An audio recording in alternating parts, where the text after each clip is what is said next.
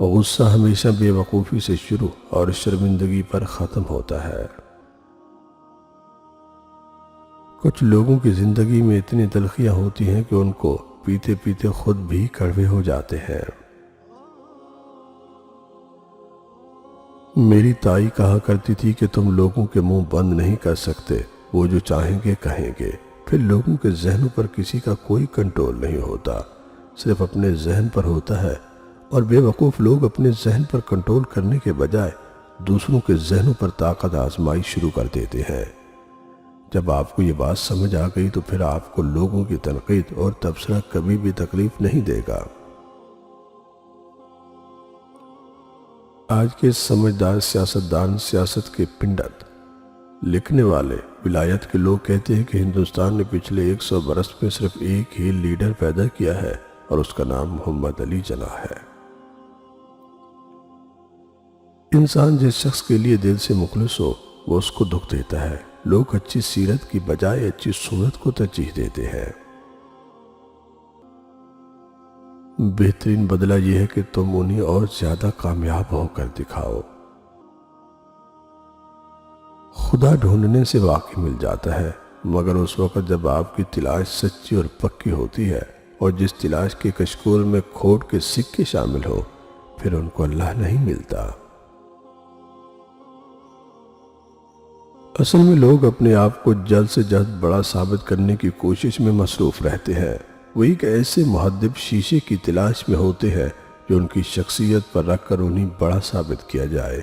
یہ ضرورت ان کو اس لیے پیش آتی ہے کہ وہ جلد سے جلد پاپولر ہونا چاہتے ہیں، لیکن تیزی اور تعالی سے نہ بڑے آرٹسٹ پیدا ہوتے ہیں نہ بڑے بزرگ۔ ہماری زندگی میں اکثر یہ ہوتا ہے کہ معاشرتی زندگی میں آپ کی کسی ایسے مقام پر بے عزتی ہو جاتی ہے کہ آپ کھڑے کھڑے موم بتی کی طرح پگھل کر اپنے قدموں میں خود گر جاتے ہیں۔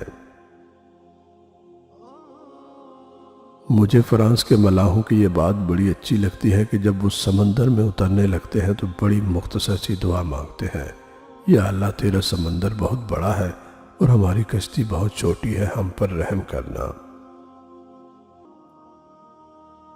میرا پوتا کہتا ہے دادا ہو سکتا ہے کہ درخت ہماری طرح ہی روتا ہو کیونکہ اس کی باتیں اخبار نہیں چھاپتا۔ میں نے کہا وہ پریشان نہیں ہوتا، نہ وہ روتا ہے، وہ خوش ہے اور ہوا میں جھومتا ہے۔ کہنے لگا آپ کو کیسے پتا کہ وہ خوش ہے؟